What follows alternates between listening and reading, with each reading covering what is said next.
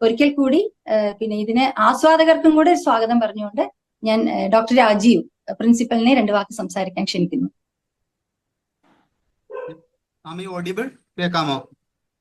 കേൾക്കാമോ? ഓക്കെ. ഞാൻ ലൈവായിട്ടാണ്. എന്തെങ്കിലും നെറ്റ്വർക്ക് ഇഷ്യൂ ഉണ്ടെങ്കിൽ സദയം പൊറുക്കുക. കഴിഞ്ഞ പ്രാവശ്യം പ്രിൻസിപ്പൽ ആദ്യത്തെ ഒരു എപ്പിസോഡിൽ എനിക്ക് ജോയിൻ ചെയ്യാൻ പറ്റിയ ഇതിന്റെ അതിയായ സന്തോഷം അറിയിക്കുന്നതിനോടൊപ്പം ഈ ഓണം സ്പെഷ്യൽ എപ്പിസോഡിൽ പ്രിൻസിപ്പൽ എന്ന നിലയിൽ എല്ലാവർക്കും സമ്പൽ സമൃദ്ധിയുടെ ഒരു ഓണം ആശംസിക്കുന്നു. എല്ലാവർക്കും എൻ്റെ ഹൃദയം നിറഞ്ഞ ഓണാശംസകൾ. ഓണത്തിനെ പറ്റി പറയുമ്പം, ഇതുപോലൊരു പ്ലാറ്റ്ഫോമിൽ എത്തുമ്പം ഓണത്തിനെ പറ്റിയുള്ള എൻ്റെയും ചെറിയ ഒരു കാഴ്ചപ്പാട് 2 വാക്കിൽ ഒരു 5 മിനിറ്റ് എനിക്ക് കിട്ടുമെന്ന് വിചാരിക്കുന്നു.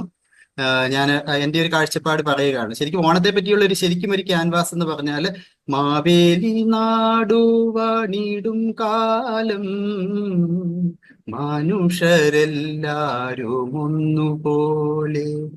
അത് കഴിഞ്ഞങ്ങോട്ട് നോക്കിക്കഴിഞ്ഞാൽ എല്ലാ കൃഷികൾക്കുമെന്ന പോലെ നെല്ലിനും 100 വിളവതെന്നും ദുഷ്ടരെ കൺകൊണ്ടു കാൺമാനില്ല, നല്ലവരല്ലാരെയില്ല പാരിൽ.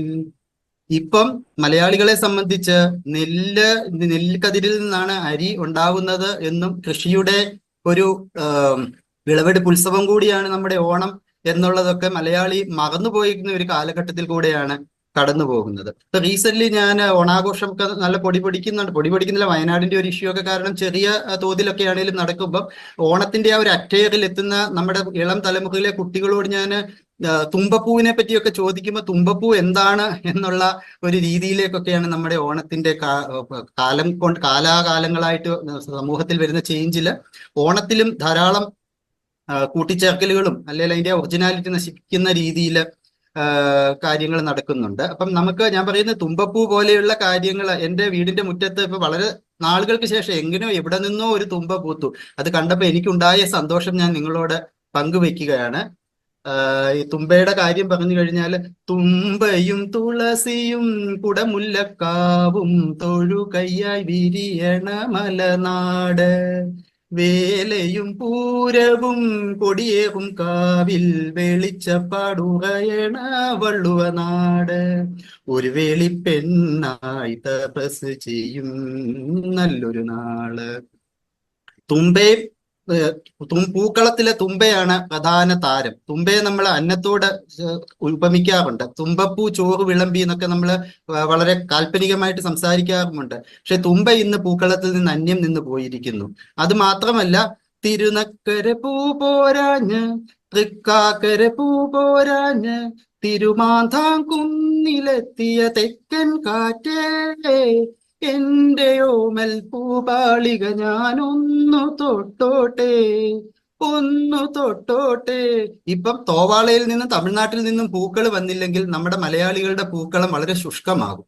അല്ലെങ്കിൽ നമ്മൾ പ്ലാസ്റ്റിക് പൂക്കൾ കൊണ്ടും മണലിലും അല്ലെങ്കിൽ ചെറിയ ചെറിയ കല്ലുകളിലും ഒക്കെ കളർ വിതച്ചും ഒക്കെ നമ്മൾ പൂക്കളം അഡ്ജസ്റ്റ് ചെയ്യും. നമുക്ക് സമൃദ്ധമായ ഒരു ജൈവ പാരമ്പര്യം നമുക്കുണ്ടായിരുന്നു. അരളിയും പിച്ചിയും ചെമ്പകവും തെച്ചിയും കുടമുല്ലയും, അങ്ങനെ പറഞ്ഞറിയിക്കാൻ പറ്റാത്ത പൂക്കളുടെ വൈവിധ്യം, അതൊക്കെ നമ്മുടെ ഓണത്തിന്റെ മധുരമായ ഓർമ്മയായിട്ട് മാറിപ്പോയിരിക്കുന്നു. എങ്കിലും എല്ലാ വർഷവും നമ്മളെ ഓർമ്മപ്പെടുത്താൻ പഴയ ഒരു സമൃദ്ധിയുടെ ഒരു സംഘകാലത്തിന്റെ ഓർമ്മപ്പെടുത്തലുമായി മാവേലി ഇങ്ങനെ എത്തിക്കൊണ്ടിരിക്കുകയാണ്.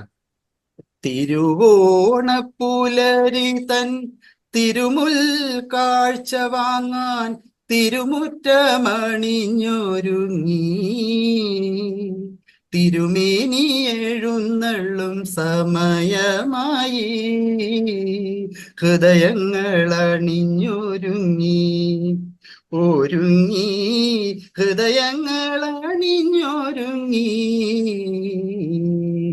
എങ്കിലും ഓണം ഇന്നും നമുക്ക് മധുരതരമാക്കുന്നു. സദ്യയും ഒക്കെയായിട്ട് പഴയ ഓണം പുതിയ ഓണം തമ്മിൽ നമുക്കൊന്ന് ചിന്തിച്ചു നോക്കാം. ആ പഴയ ഓണ പെരുമയൊക്കെ നമുക്ക് കൊണ്ടുവരാൻ നമ്മളാലാവും വിധം ശ്രമിക്കണം എന്നാണ് എൻ്റെ ഒരു റിക്വസ്റ്റ്.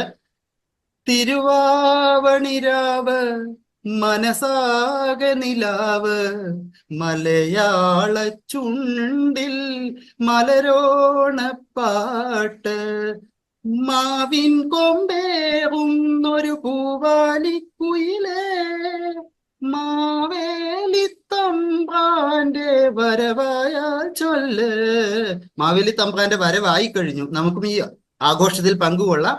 എങ്കിലും ഈ ഓണത്തിന്റെ ഞാൻ പറഞ്ഞല്ലോ പഴയ മധുരം, ആ ഒരു കൾച്ചർ അത് തിരികെ വരും എന്നുള്ളൊരു ആശങ്ക പങ്കുവെച്ചുകൊണ്ട് തന്നെ എല്ലാ ആളുകൾക്കും ഹൃദയം നിറഞ്ഞ ഓണാശംസകൾ നേർന്നുകൊണ്ട് ഞാൻ നിർത്തുന്നു.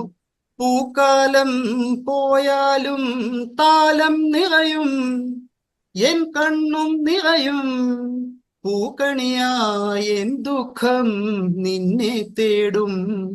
നീ എങ്ങായാലും മിഴികൾ പൂട്ടാതെ പനിമതിയും അറിയാതെ കാതോക്കും എൻ കുടിൽ നിൻ കാലടിയൊച്ചയ്ക്കായി. എൻ ഹൃദയപ്പൂത്താലം നിറയെ നിറയെ മലർവാരി നിറച്ചു.